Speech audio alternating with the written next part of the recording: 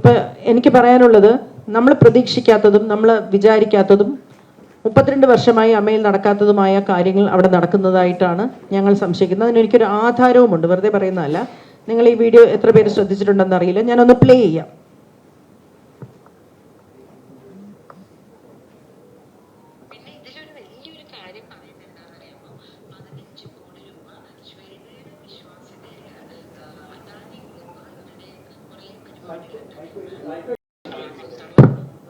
ബുദ്ധിമുട്ടനുഭവിക്കുന്ന cinema രംഗത്തുണ്ടായിരുന്ന ആൾക്കാർക്ക് കരുതലായിട്ട് കൊടുക്കുന്ന കാര്യങ്ങളൊക്കെ ഉണ്ട്. അത് കുറച്ച് കൂടുതൽ എടുക്കാൻ വെച്ചു കൊടുക്കാൻ പല കാര്യങ്ങളും 15 കോടി രൂപ എന്ന് എന്തൊക്കെ ചെയ്യാൻ പറ്റും? അപ്പൊ ഇവർക്ക് ആക്സെപ്റ്റ് ചെയ്യാൻ പറ്റുന്നില്ല. ഒരു സ്ത്രീ വന്നിട്ട് ഇത്രയും പാപവും കാണിക്കുന്നു. ഞങ്ങൾക്ക് ചെയ്യാൻ പറ്റാത്ത എന്ത് കാര്യമാണ് ഇവരുടെ കയ്യിലുള്ളത്? അല്ലെങ്കിൽ സാധാരണ അമ്മ ഒരു ഷോ നടത്തും, അതിൽ നിന്നുള്ള പൈസ വെച്ചാണ് ചെയ്യുന്നത്. പിന്നെ ഇതിലൊരു വലിയൊരു കാര്യം പറയുന്നത് എന്താണെന്നറിയാമോ? 15 കോടി രൂപ ശ്വേതയുടെ വിശ്വാസ്യതയില് അദാനി ഗ്രൂപ്പ് ഇവരുടെ കുറെ പരിപാടികളുണ്ട്, ദക്ഷിണ. ഇത് ഒന്നാമത്തെ കാര്യം, ഒരു മൾട്ടിനാഷണൽ കമ്പനിയിൽ നിന്നും ശ്വേതയുടെ വിശ്വാസ്യതയിൽ കൊണ്ടുവരുമെന്ന് പറയുന്നത് മറ്റൊരു പ്രധാനപ്പെട്ട രാഷ്ട്രീയ പാർട്ടിയുടെ സംസ്ഥാന നേതാവാണ്. ഞങ്ങളുടെ അറിവിൽ അവർ അമ്മയുടെ മെമ്പറല്ല. അവർക്ക് അമ്മയുമായിട്ട് എന്താണ് ബന്ധം എന്നും ഞങ്ങൾക്കറിയില്ല. ഞങ്ങൾക്ക് മൾട്ടിനാഷണൽ കമ്പനിയുടെ 15 കോടി രൂപ ആവശ്യമില്ല എന്നതാണ് ഞങ്ങളുടെ പ്രധാനപ്പെട്ട ഒരു കാര്യം. ഇത് സംസ്ഥാന നേതാവാണ്, മുൻ കൗൺസിലറാണ്, ശ്രീമതി പത്മജ എന്നാണ് ഞാൻ മനസ്സിലാക്കുന്നത്. വീഡിയോ ഞാൻ അയച്ചു തരാം ആർക്കെങ്കിലും താല്പര്യമുണ്ട്. അപ്പം ഇവര് എങ്ങനെയാണ് ഈ വിഷയം സംസാരിക്കുന്നത്? ഇവര് അമ്മയുടെ നേതാവാണോ? ശ്വേത പലവട്ടം പറഞ്ഞു അവർ കോൺഗ്രസ് ആണ്. അവർക്ക് കോൺഗ്രസ് ആകാം, BJP ആകാം, CPM ആവാം, അല്ലെങ്കിൽ CPI ആകാം. ഞങ്ങൾക്ക് ആർക്കും അതിൽ ഒരു വിരോധവും ഇല്ല, ഒരു അയിത്തവുമില്ല. ഇതെല്ലാം തന്നെ ജനാധിപത്യ രീതിയിൽ ഇന്ത്യയിൽ ഉള്ള പാർട്ടികളാണ്. പക്ഷേ ഇവിടെ ഇതിൻ്റെ അജണ്ടകൾ നടപ്പിലാക്കാൻ ശ്രമിക്കുമ്പോൾ അത് ഞങ്ങൾ എതിർക്കും. അത് ചോദ്യം ചെയ്യുന്ന ഒരാളായിരുന്നു അൻസിബ. അൻസിബ എന്ന മുസ്ലിം നാമധാരിയായ വ്യക്തിയെ വർഗീയവാദിയാക്കി, ജിഹാദിയാക്കി അവിടെ നിന്ന് ഓടിക്കാനുള്ള ശ്രമമാണ് അവിടെ നടന്നുകൊണ്ടിരുന്നത്. അവരെ ഹിന്ദു അമ്പലത്തിൽ നിന്നും പണം വാങ്ങിച്ചതിന്റെ പേരിൽ അവര് വർഗീയത നടപ്പിലാക്കി എന്ന് വ്യക്തിപരമായി ഓരോരുത്തരെയും വിളിച്ചു പറഞ്ഞ് അവിടെ ഒരു ധ്രുവീകരണം ഉണ്ടാക്കാൻ ശ്രമിക്കുന്നു എന്നുള്ളതിന് എനിക്ക് ആരോപണമല്ല, എൻ്റെ അനുഭവമാണ്. എന്നെ വിളിച്ച് എന്താണ്, പലവട്ടം നിങ്ങൾ കേട്ട് കാണും, മാലാപാർവതിയാണ് ഗൂഢാലോചനയുടെ പിന്നിലെന്ന് നിങ്ങൾ പലവട്ടം കേട്ട് കാണും. എന്താണ് ആ ഗൂഢാലോചന? എന്തുകൊണ്ടാണ് ശ്വേത എനിക്ക് മൈക്ക് തരാതെ വട്ടം പിടിച്ചു നിന്നത് ജനറൽ ബോഡിയിൽ? ഞാൻ സംസാരിക്കാൻ പാടില്ല, മീഡിയ പോ എന്നാണ് പറയുന്നത്. ഇത് ഞാൻ പറയുന്നത് ഇന്ന് രമേശ് പിഷാരടിയുടെ ഒരു ഫോൺ സംഭാഷണം ഒരു അജണ്ടയോടുകൂടി അവർ പുറത്തുവിട്ടതിന് ശേഷം അവർക്ക് ആ മാന്യത കൊടുക്കേണ്ടതില്ല. അതുകൊണ്ടാണ് വ്യക്തിപരമായ ഒരു സംഭാഷണം, അതിനൊരു തെളിവും കൂടിയുണ്ട്. ഒരാൾ കൂടി ആ കോൺകോളിൽ ഉണ്ടായിരുന്നു എന്നുള്ള ധൈര്യത്തിലാണ് ഞാൻ ഇത് പറയുന്നത്. അൻസിബയുടെ വിഷയം വിളിച്ചപ്പോൾ എന്നോട് പറഞ്ഞത് അവർ 4 പേരെ കൺവേർട്ട് ചെയ്യാൻ നോക്കി. അപ്പം ഞാൻ പറഞ്ഞു, ശ്വേത എന്ത് സംസാരിക്കുന്നത്? അങ്ങനെ സംസാരിക്കല്ലേ, അങ്ങനെ സംസാരിക്കരുത്. അല്ല ചേച്ചി, അങ്ങനെയാണ് ഇങ്ങനെയാണ്, ഒരു പ്രൊഡക്ഷൻ കൺട്രോളർ മറ്റത് മറിച്ചത് എന്നൊക്കെ പറഞ്ഞിട്ട് യൂഷ്വൽ ഇവരുടെ ഒരു സംഭവം തുടങ്ങി. അപ്പം ഞങ്ങൾ തമ്മിൽ ഒരു ചെറിയ തർക്കമുണ്ടാവുകയും ഞാൻ പറഞ്ഞു, ഇതൊരു സാമൂഹ്യ വിഷയമാണ്, ഇത് അമ്മയുടെ വിഷയമല്ല, ഇത് ഞാൻ പുറത്ത് പറയും നിങ്ങൾ ഇങ്ങനെ തുടങ്ങുകയാണെങ്കിൽ എന്ന് പറഞ്ഞപ്പോൾ എന്നോട് അവർ പറഞ്ഞത്, നിങ്ങൾ സിനിമ ഇൻഡസ്ട്രിയിൽ ഉണ്ടാവില്ല, you will be out of this industry. ചേച്ചി, I am telling you because I love you. You don't know what you are getting into. Please stay away. And I know when you decide on something, you get into this one track and you crash land. So you don't know what you are getting into. I am asking you to stop. Do not interfere in Ansiba's issue. എന്താണ് ആ വരിയുടെ അർത്ഥമെന്ന് വളരെയധികം ആലോചിച്ചതിന് ശേഷമാണ് ഈ production controller എന്ന് പറയുന്ന വ്യക്തിയെ ഞാൻ ഫോൺ ചെയ്യുന്നത്.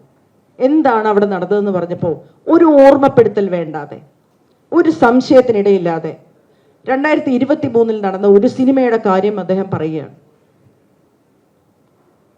അവിടെ വെച്ച് അൻസിബ ഒരു നോമ്പെടുത്തു എന്നും അതിനോടൊപ്പം ഈ അദ്ദേഹത്തിൻ്റെ മകനായ അഭിനയിക്കാൻ വന്നതോ അസിസ്റ്റന്റ് ഡയറക്ടറായിട്ടോ അദ്ദേഹത്തിൻ്റെ സംവിധായകൻ എന്നെ വളരെയധികം മോശമായി പറയുന്നുണ്ട്, അവിടെ ഒരു നോമ്പ് തുറന്നു എന്നും. അത്രയും മാത്രം നടന്ന ഒരു കാര്യത്തിനെ 2026 ഇവരുടെ എക്സിക്യൂട്ടീവ് കമ്മിറ്റിയിലെ ഒരു വാട്സപ്പ് ചാറ്റിൽ ഭീഷണിയുടെ സ്വരത്തിൽ ഉപയോഗിച്ചത് എന്തിനാണ് ടീനി ടോം? അത് ചോദിക്കുന്ന സമയത്ത് ശ്വേത പറയുന്നത്, ചേച്ചി ഡു യു വാണ്ട് ഇനി to end up in jail? Tihar ജയിലിൽ അൻസിബ പോയ കുറച്ച് പ്രശ്നമില്ലേ എന്ന് ഞാൻ തിരിച്ചു ചോദിച്ചു. അങ്ങനെ ഞങ്ങൾ തമ്മിലുണ്ടായ ഒരു തർക്കം. അന്ന് മുതലാണ് ഞാനൊരു ഗൂഢാലോചനക്കാരിയായത്. അവർക്ക് ഗൂഢാലോചനയൊന്നുമില്ല, ആലോചന നടത്തിയിട്ടുണ്ട്, തീർച്ചയായിട്ടും ഉണ്ട്. കാരണം ഇങ്ങനെ ഒരു സംഘമല്ല അമ്മയെ ഭരിക്കേണ്ടത്. ധ്രുവീകരണം നടത്തുന്ന, വർഗീയവാദം നടത്തുന്ന, മനുഷ്യരെ ഒന്നായി കാണാൻ പറ്റാത്ത, ജാതി മതങ്ങളെ ഒന്നായി കാണാൻ പറ്റാത്ത, കലാകാരന്മാരുടെ ഇടയിൽ ധ്രുവീകരണം നടത്തുന്ന ആൾക്കാരല്ല അത് ഭരിക്കേണ്ടത്. എൻ്റെ വിശ്വാസമാണ്. കേരളം അങ്ങനെ തന്നെയാണെന്നാണ് ഞാൻ ഇപ്പോഴും വിശ്വസിക്കുന്നത്. ആ കേരളത്തിനോട് ഒരു ഉത്തരവാദിത്വമുള്ളത് കൊണ്ട് അവിടെ നടക്കാൻ ഉദ്ദേശിക്കുന്ന കാര്യം നാളെ വരാനിരിക്കുന്ന ഒരു കേരള സ്റ്റോറിയാണ് എന്ന് മനസ്സിലായതുകൊണ്ടും അതിനെ എതിർക്കണമെന്നുള്ള ഉത്തമ വിശ്വാസത്തിലുമാണ് ഞാൻ അവിടെ പ്രതികരിച്ചത്. നാളെ നിങ്ങളൊന്ന് ആലോചിച്ച് നോക്കുക. ആ സ്ക്രിപ്റ്റ്, ഒരു സിനിമാ നടി, തട്ടമിടാത്ത, ഒരു തരത്തിലും ജാതി മതങ്ങളൊന്നുമില്ല, അമ്പലത്തിൽ വരെ പോകുന്ന ഒരു മലപ്പുറംകാരി മുസ്ലിം, അവളവിടെ മത പരിവർത്തനം നടത്താൻ ശ്രമിക്കുന്നു എന്നൊരു കഥ ഒരു സിനിമയായിട്ട് വന്നാൽ നോർത്ത് ഇന്ത്യയിലൊക്കെ നന്നായി ഓടും. ഈ കഥയാണ് അവിടെ സൃഷ്ടിക്കപ്പെടുന്നതെന്ന് മനസ്സിലായത് കൊണ്ടാണ് ഞാൻ ഇത് വളരെയധികം എതിർത്തത്. ഇത് പറയരുതെന്നും പറയണ്ടെന്നും വിചാരിച്ച് തന്നെയാണ് ഇരുന്നത്. അത് മറ്റു കാര്യങ്ങളിലൂടെ പുറത്തു വന്നുകൊണ്ടേയിരുന്നു. കണക്കിന്റെ കാര്യമായിട്ടും അങ്ങനെയൊക്കെ. കണക്കിന്റെ കാര്യവും മറ്റു കാര്യവും ഒക്കെ അവിടെ നിൽക്കട്ടെ, അതൊക്കെ ഉണ്ട്, കണക്ക് തെറ്റ് തന്നെയാണ്. പക്ഷെ ഇത് ചോദിക്കുന്ന സമയത്ത് ഞങ്ങൾ കുറച്ചു പേര് ഈ കാര്യങ്ങളെ ഞങ്ങളെ ഏൽപ്പിക്കൂ, ഞങ്ങൾ ഇതൊക്കെ ശരിയാക്കട്ടെ, ഞങ്ങൾ കുറച്ചു പേര് ഞങ്ങൾക്ക് മാത്രമായി ഈ ഉത്തരവാദിത്തങ്ങൾ തരൂ, അൻസിബെ പുറത്താക്കൂ. ആദ്യത്തെ ദിവസം വന്നപ്പോൾ അവരുടെ ബോഡി ലാംഗ്വേജ് അൻസിബെ പുറത്താക്കാൻ വേണ്ടിയുള്ളതായിരുന്നു. അൻസിബ പുറത്തായില്ലെന്ന് മാത്രമല്ല, അൻസിബയുടെ സംസാരത്തിൽ മുഴുവൻ ജനറൽ ബോഡി അംഗങ്ങളും അൻസിബ പറഞ്ഞത് മനസ്സിലാക്കി അൻസിബയുടെ കൂടെ നിന്നു എന്നുള്ളതാണ് സത്യം. ഞാൻ പറഞ്ഞ കാര്യങ്ങളൊന്നും അവർക്ക് അറിയില്ല കേട്ടോ. ഇതൊന്നും ഞാൻ ജനറൽ ബോഡി പറഞ്ഞിട്ടുള്ള കാര്യങ്ങളല്ല. പക്ഷേ അൻസിബ പറഞ്ഞ പല കാര്യങ്ങളും അവർക്ക് ബോധ്യപ്പെട്ടതിന്റെ അടിസ്ഥാനത്തിൽ അൻസിബയോടൊപ്പം നിന്നു. ഇവർക്ക് ഉത്തരമില്ലാതെ ആയി എന്നുള്ളത് സത്യമാണ്. അതിന് ബാബുരാജ് ഒരു ആരോപണം മുന്നോട്ട് വെച്ചു. ഒരു പ്രത്യേക പാർട്ടിയിൽ നിന്നും 2 കോടി രൂപ വാങ്ങിയില്ലേ. ഇത് ജനറൽ ബോഡി സീരിയസ് ആയിട്ട് എടുത്തൊരു ആരോപണമൊന്നുമല്ല. പിറ്റേ ദിവസം ലക്ഷ്മിപ്രിയ പറയുമ്പോഴാണ് നമ്മൾ ഇത് ഇത്ര ഗൗരവം ഉണ്ടായിരുന്നോ എന്ന് ആലോചിക്കുന്നത്. അപ്പോൾ ഇവര് ഇറങ്ങി ഓടി അവിടുന്ന്. എന്തിനാണ് ഓടുന്നത്? നമ്മളോടൊരു അനാവശ്യമായ ആരോപണം പറഞ്ഞാൽ തിരിഞ്ഞു നിന്ന് താൻ ആരോടൊന്നല്ലേ തിരിച്ചു ചോദിക്കുക.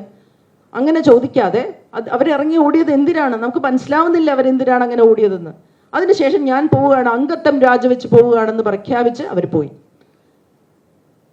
അപ്പോ അങ്ങനെ ഒരു സാഹചര്യത്തിൽ ഞാനും എൻ്റെ അംഗങ്ങളും രാജിവെക്കുന്നു എന്നാണ് പറഞ്ഞത്. അംഗങ്ങളും, ഞാനും എൻ്റെ അംഗങ്ങളും എന്ന് പറയുമ്പോൾ അംഗങ്ങളെല്ലാം അവിടെ ഉണ്ട്. അവരാരും തിരിച്ചു വന്ന് ഞങ്ങൾ ഇതിനകത്തുണ്ടെന്ന് പറഞ്ഞില്ല. അവർ രാജിവെച്ചതിന് ശേഷം ജനറൽ ബോഡിയാണ് അപ്പെക്സ് ബോഡി. നിങ്ങൾക്ക് നോക്കാം, Travancore Kochi literary and scientific registration society act ആണ് പാരന്റ് ആക്ട്. അതിൽ പറയുന്നത് അപ്പെക്സ് ബോഡിക്ക് തീരുമാനമെടുക്കാം. മാസ റെസിഗ്നേഷനും അബാൻമെന്റും വന്നു കഴിഞ്ഞാൽ അപ്പെക്സ് ബോഡിയാണ് തീരുമാനമെടുക്കേണ്ടത്. അപ്പെക്സ് ബോഡി ജനറൽ ബോഡിയാണ്. ശ്വേതയുടെ തന്നെ വാക്കിൽ പറഞ്ഞാൽ ഞങ്ങളുടെ കോർട്ട്. എല്ലാവരും കൂടെ തീരുമാനമെടുത്തു പുതിയൊരു സമിതിയെ ഏൽപ്പിക്കാൻ.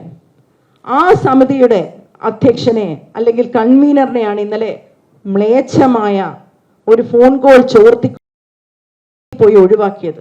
ഞങ്ങൾ കയ്യും കാലും പിടിച്ചാണ് രമേശ് പിഷാരടി അവിടെ ഇരുത്തിയത്. രമേശിന്റെ ഒരു നയം, അനുരഞ്ജനം, എല്ലാവരെയും ഒരുമിച്ച് കൊണ്ടുപോകാൻ പറ്റും ഞങ്ങൾ വിശ്വസിച്ചതിന്റെ അടിസ്ഥാനത്തിൽ. അല്ലാതെ അദ്ദേഹം അവിടെ കോൺഗ്രസ്സുകാരനാണ്, പക്ഷെ കോൺഗ്രസ് അവിടെ കളിക്കില്ല എന്ന ഉത്തമ വിശ്വാസമുണ്ട്. അതാണ് ഞാൻ നേരത്തെ പറഞ്ഞത്, ഞങ്ങൾക്ക് രാഷ്ട്രീയത്തിനോട് അയിത്തമില്ല. BJP ആയിട്ടുള്ള ആൾക്കാരുണ്ട് അവിടെ, ബഹുമാനിക്കുന്നു, ആദരിക്കുന്നു. CPM കാരുണ്ട്, ബഹുമാനിക്കുന്നു, ആദരിക്കുന്നു. പക്ഷേ ഈ വർഗീയവൽക്കരണം ബോളിവുഡിലൊക്കെ നടന്നിട്ടുള്ളത് പോലെ സിനിമ സംഘടനകളെ പിടിച്ചുകൊണ്ട്, സിനിമയെ മാറ്റിക്കൊണ്ട് ഒരു നാട്ടിൽ വർഗീയവൽക്കരിക്കാൻ ശ്രമിക്കുന്ന ഈ ശ്രമത്തിനെ മുളയിലെ നുള്ളാൻ ശ്രമിച്ചു എന്നുള്ള ഗൂഢാലോചന കുറ്റമുണ്ടെങ്കിൽ അത് ഞാൻ ചെയ്തിട്ടുണ്ട്. അതിന് ഞാൻ അശ്ലീല വാക്കുകൾ ഉപയോഗിച്ചിട്ടില്ല, രൂക്ഷമായി സംസാരിച്ചിട്ടുണ്ട്. ഇതാണ് എനിക്ക് പറയാനുള്ളത്. നിങ്ങളുടെ ചോദ്യങ്ങൾ ഞാൻ എടുക്കാം.